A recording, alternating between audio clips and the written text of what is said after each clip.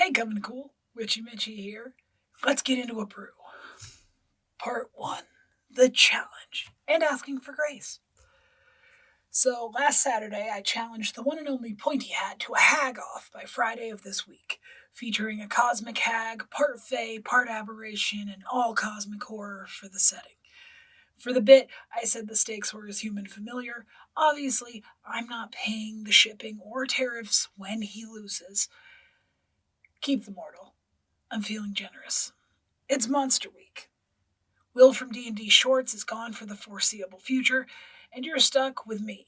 Unreliable, child-rearing, geriatric husky caretaking, eldritch abomination black cat serving spooky me.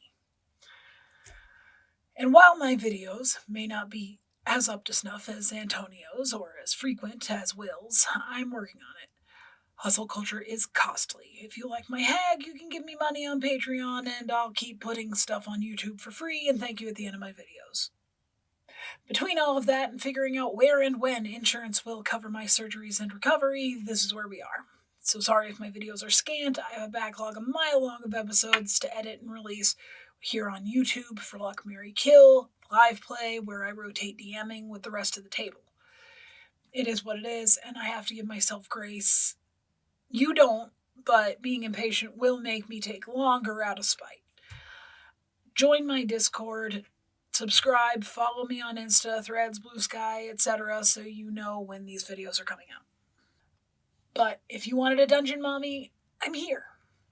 But witchiest of Mitchies, I don't give a flying fuck about any of that. I'm here for a hag. Because you were dumb enough to challenge Pointy Hat, and you put your cleavage in the thumbnail. And I hear you. But I had to knock that out of the way because I will be releasing this whole series on Jukevale, and I will be bringing up that setting several times throughout this video. That was my way of asking for your grace with timing. Please be patient, at least until we get Harper into a good pre-K program around here, then I'll have way more time. It could be a few months, I don't know for sure. Again, I need some time and grace. So, when I challenged our favorite sentient article of clothing, I issued a very specific challenge. A hag for cosmic horror. Cosmic horror usually features Lovecraftian monsters like Cthulhu, designed to be absolutely massive, unknowable, and uncaring embodiments of indifference toward the accident that was humanity. They're depicted as tentacled, roided-out mind flayers, with wings and 45x elephant limbs.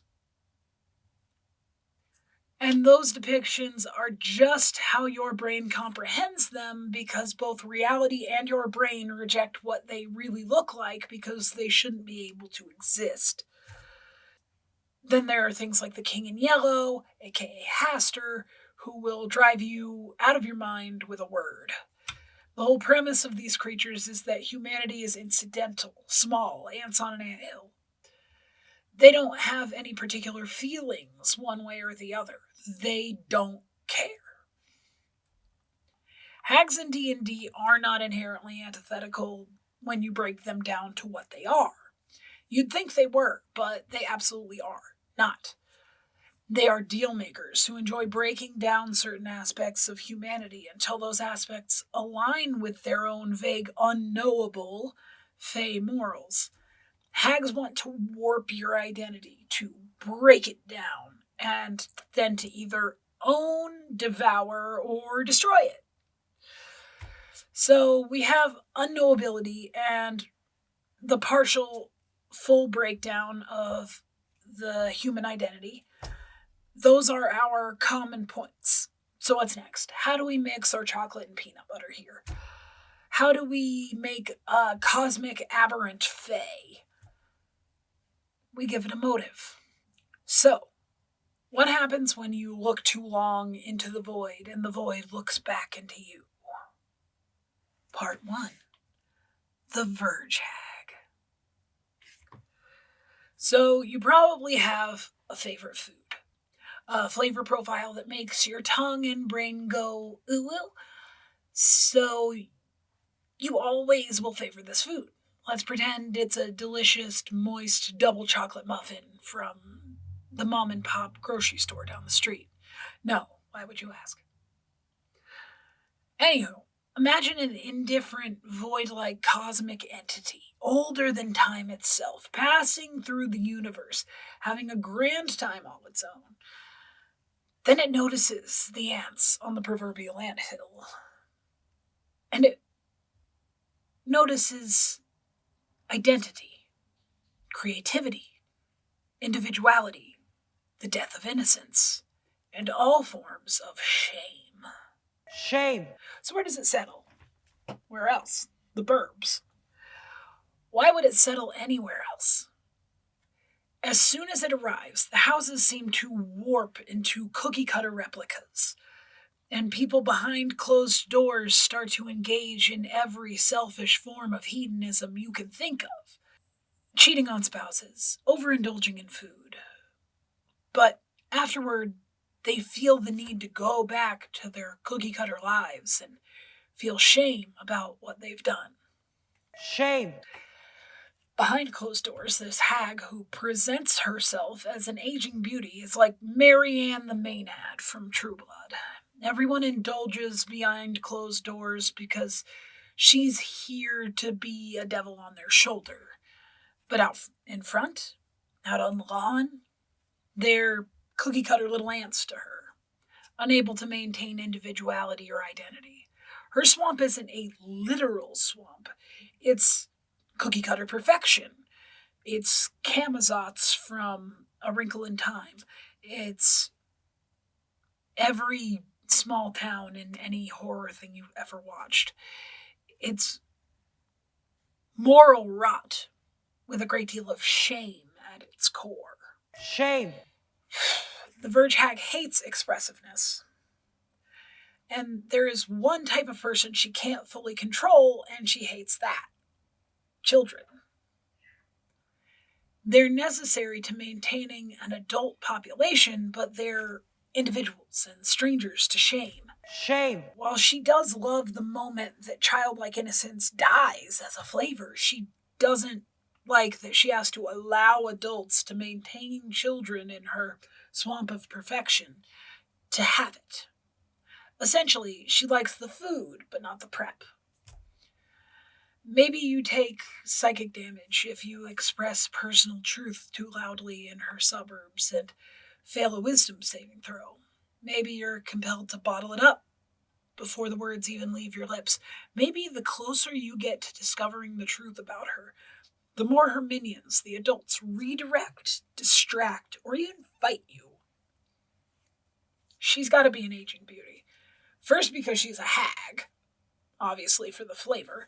Second, because she's older than time. And thirdly, because she's got to at least look beautiful but unassuming before she unleashes what's within. Instead of looking like a beauty queen who could cut you, she has matronly, very mildly wizened looks that make her feel like a natural community den mother. But Mitchie, you say, staring at my cleavage while I drone on about the suburban moral rot hag.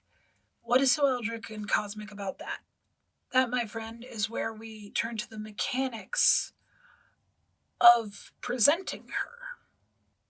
And we turn to a kind of Stephen King-esque vibe. We talked about the lore, where she loves the flavors of shame and the death of innocence, which is very the exact same way Pennywise loves fear.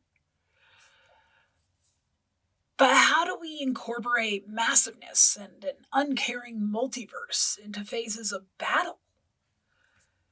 First, the journey toward her is difficult.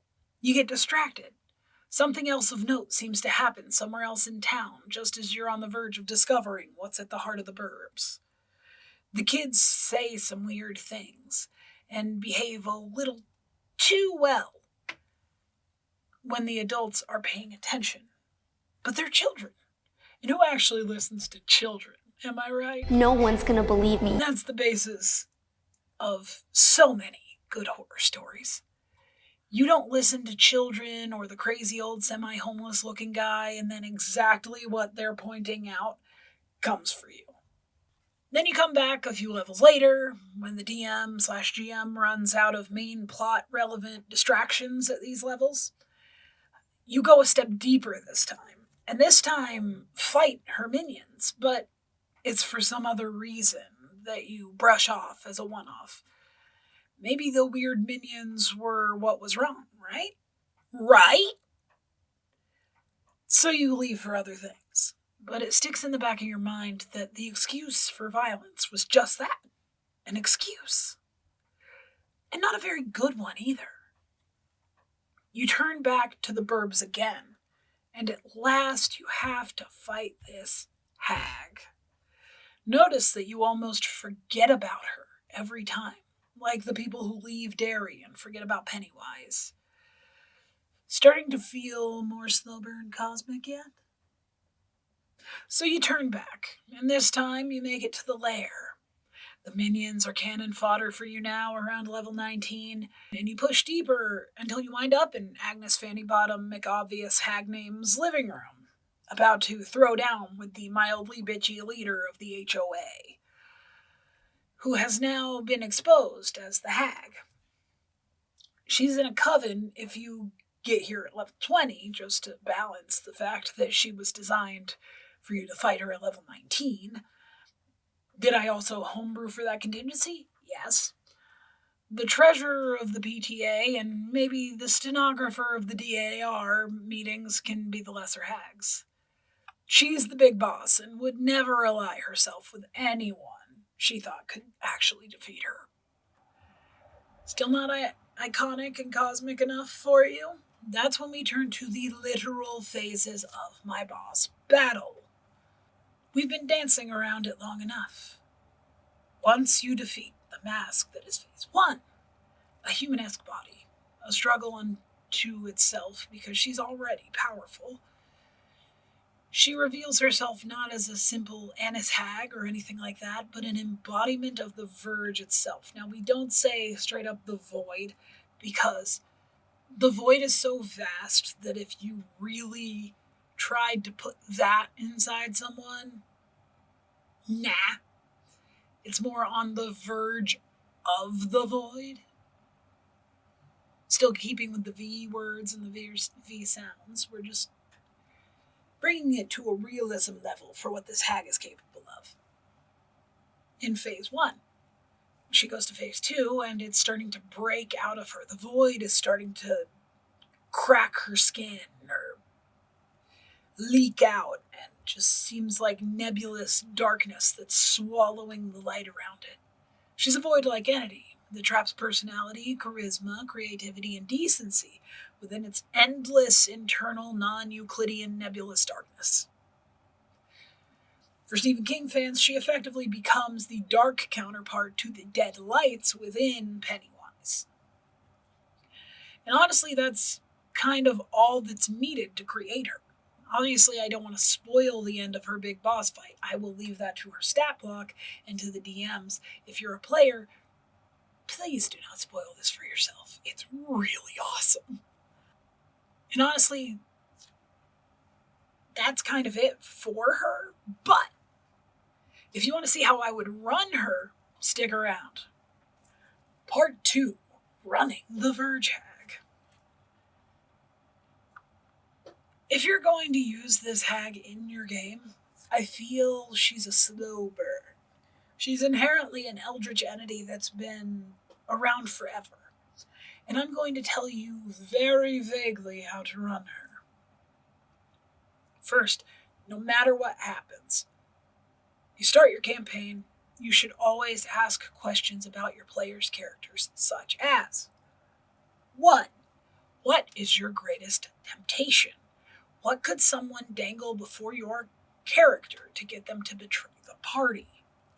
2. What is your character's greatest pleasure? 3. What is your character's vice? Sometimes it's the same answer as 1, sometimes it's not. 4. Which of the 7 deadly sins would you say your character would succumb to first? It could also be the same answer as 1 and 3, but it is technically a separate question. These questions should be a part of a character survey from the start. As a DM, you should use a character survey. I will 100% be making one of these for my players when I run things going forward. I may even have them do this for their current characters. Always give players a character survey. Oh, wait. I just got bored writing the script and for this video and ended up making it. It's also on my downloads page for free. Okay, cool. Go off 2 hours later, me. It's 100 questions? Wow, I guess have fun. Yes, the thoroughly unplay-tested hag linked in this video will be balanced against a level 19 party of 5 in both her aging beauty and her living void forms. Which goes into a phase 3 that I'm not going to spoil. Again, if you want to download her and run her, go for it. She's thoroughly unplay-tested, like I said. When she's in your game, the burp should feel oppressive, but deniably so, at least at first. The story should tempt people, as if each of your players' characters were a real housewife of the burbs. As they give in to temptation behind closed doors, or not, the burbs grow more oppressive and more uniform outside, like in inverse Pleasantville. As they get closer to the mildly nicer but still nicest house in the neighborhood, the Hags lair in this swamp of morality. The outside of closed doors in the burbs becomes even more oppressive. The lawns are even more perfect. The paint jobs are even less worn down. The picket fences are even whiter. And they've encountered her several times along the way by the time they actually get to fight her. She's the head of the HOA and or the PTA, the organizer of all the block parties, and she presents herself as a seductive version of Kitty Foreman from That 70s Show. Berkshire County shout out, Deborah Jo Rupp. The hag is a MILF, a cougar, if you will. You don't see her coming. Or maybe you watched this video and you do. But a hag that's both fey and aberration, that's an unexpected form of moral decay. Instead of changing the landscape into a marshland, she creates soulless suburbs. Miss Tabitha, the middle-aged, mildly hot Karen from down the street, turns out not just to be soul-sucking and trying to enforce a dress code at the local high school, but instead a literal soul-sucking void wrapped in a humanoid body. Come on, that's pretty on par with some of the best horror. Because you know every small town has a witch or hag. Usually she was a decrepit old woman who never returned toys she found on the sidewalk outside of her house. And everyone knew this other woman while they were growing up, and while they were rarely anything more than an insecure middle-aged soccer mom with a proclivity for other people's husbands and Real Housewives-style drama, here they get to be what everyone saw them as when they looked at them, regardless of which of these forms they were. A hag. The reason the burbs had and continue to have no soul, the uber Karen, pun very much intended, an unfilled, insatiable void that feeds on the shame of others and the death of expressed personality and innocence.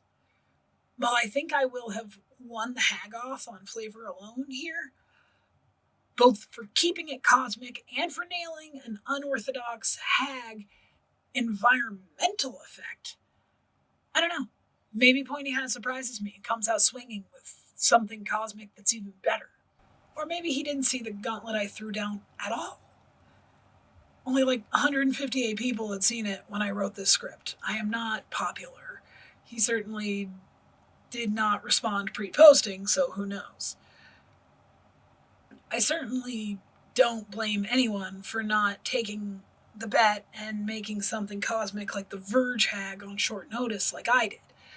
I'm partly doing this because I'm about to start editing our actual play pirate episodes using mostly my homebrew, but also some of Pointy Hat's, And I'm also about to start releasing this 1950s cosmic horror setting, homebrew, while going back to fix the awful please, please avoid downloading it steampunk crap I put out years ago. It will be fixed, rebalanced, and updated with 2024 rules, and it will still be in the Creative Commons. It's just going to take me a minute because I'll be doing 80 monsters for the Age of Sockhop before I call it complete. And yes, the document itself will in full be called the Age of Sockhop, and it features the plane of Jukevale, which is also the main small town setting. So, happy Monster Week. Enjoy the Verge Hag. I hope it slaps, but absolutely tear it apart. It's balanced in the comments if you play tested at your table and it sucks. I really wanted to create something that had a cinematic twist to prove that the 5e system and the 5.5e BBEGs can be almost as cinematic as stuff we're hearing about out of Daggerheart. Shout out to Flamey the GM for making videos about Daggerheart that made me want to add cinematics to fights that they don't usually get in 5e and 5.5e. Also, if you want the pseudo-medieval, somehow steampunk and magepunk era with guns that is traditional D&D, you can absolutely still drop her in with a cookie-cutter village that has a standard array of village characters. She is tropiness, she is uniformity, and she is the dream of whatever time she's in with a slightly nicer house than everyone else. But it's still pretty cookie cutter within the cookie cutter ass neighborhood.